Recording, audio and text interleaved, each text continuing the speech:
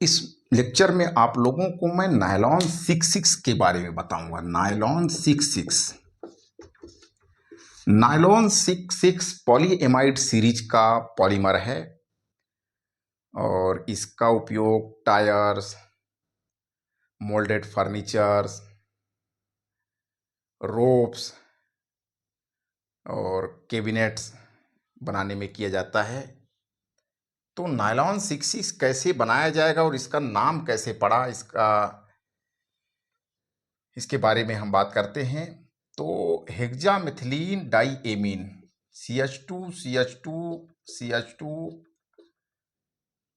CH2 6 times है,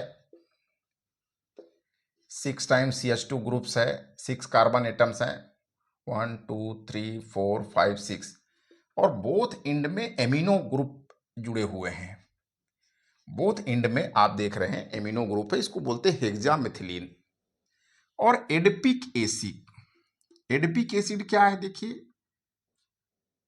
CH2 CH2 CH2 CH2 CH2 COOH 6 carbon atom इस structure में है। इस स्ट्रक्चर में भी 6 कार्बन एटम है। 1,6 डाई कार्बोक्सिलिक एसिड है ये। टोटल 6 कार्बन एटम इसमें भी है, जिसको हम लोग एडिपिक एसिड बोलते हैं, एडिपिक एसिड। और इसको बोलते हैं hexamethylene diamine. Hexa 6 times CH2 group से, तो hexa methylene diamine nitrogen atmosphere में, मतलब इनर्ट एटमॉस्फेयर है, nitrogen behaves like a inert gas. तो नाइट्रोजन के एटमॉस्फेयर में 200 डिग्री सेंटीग्रेड तक इसको गर्म किया जाएगा, हीट करेंगे तो आपको NH2 CH2 CH2, मैं इसको एक साथ लिख सकता हूं, ये 6 टाइम्स रिपीट हो रहा है, तो CH2 6। और यहां से आप देख रहे हैं कि H2O एलिमिनेट हो जाएगा, तो यहां क्या बना, NHCO CH2 4 टाइम्स और COOH। अभी बोथ एंड, यहां भी NH2 है और इधर COH, दोनों तरफ इस तरीके के यूनिट्स आपस में जुड़ सकते हैं। तो बोथ दोनों एंड में जब एक्सेस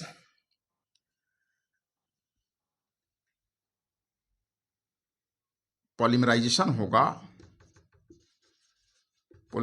होगा तो ये जो पॉलीमेरिक स्ट्रक्चर है, इधर देखेंगे NH बचेगा, CH2 6, NHCO CH2 4 और ये CO, ये स्ट्रक्चर रिपीट होगी। पॉलीमराइजेशन एट बोथ एंड, दोनों तरफ इसमें पॉलीमराइजेशन हो रहा, दोनों तरफ जो है ग्रुप्स जुड़ रहे हैं।